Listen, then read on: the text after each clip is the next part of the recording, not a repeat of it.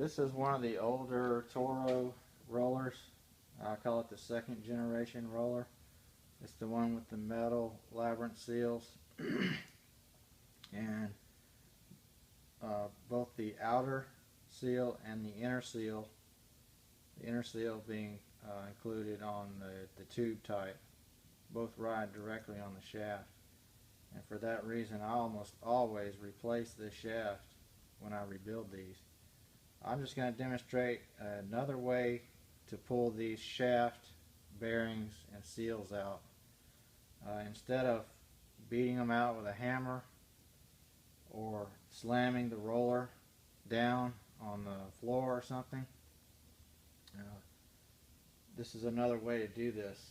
If you use a hammer or you slam the roller down on a tube type, then you could end up pushing the end cap off of the tube, and sometimes you probably don't want that to happen.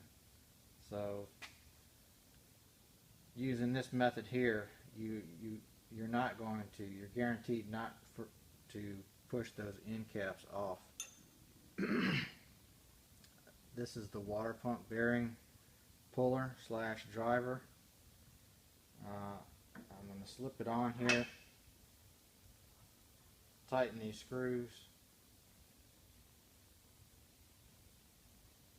and drill a hole through the shaft. And before I do that, I'll slip the jacking screw in here and just put a little bit of tension on here to hold everything while I'm drilling. Got these screws tight, now I've got a little tension on here, and then I can drill through there fairly easily. Once I do that, slip the pin in. I've already removed the retaining ring on the end of that roller. Now that I've got the hole in there and the pin in there, I don't need to have these screws tight anymore.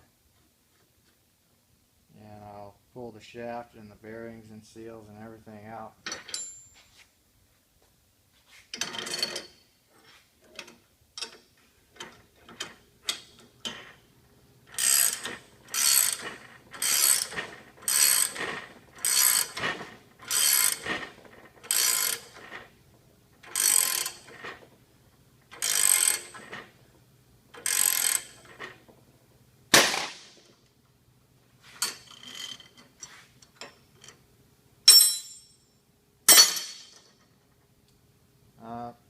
What you saw there was an example of what happens when you forget to put the standoffs in.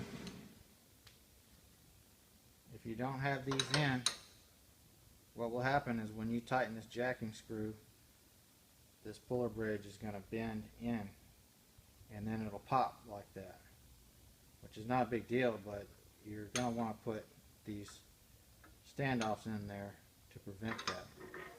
Anyway, we've got everything apart, and you could knock all this off this shaft and flip the shaft around and use the same end of the shaft to pull the other bearing and seals out. Now that you won't have to drill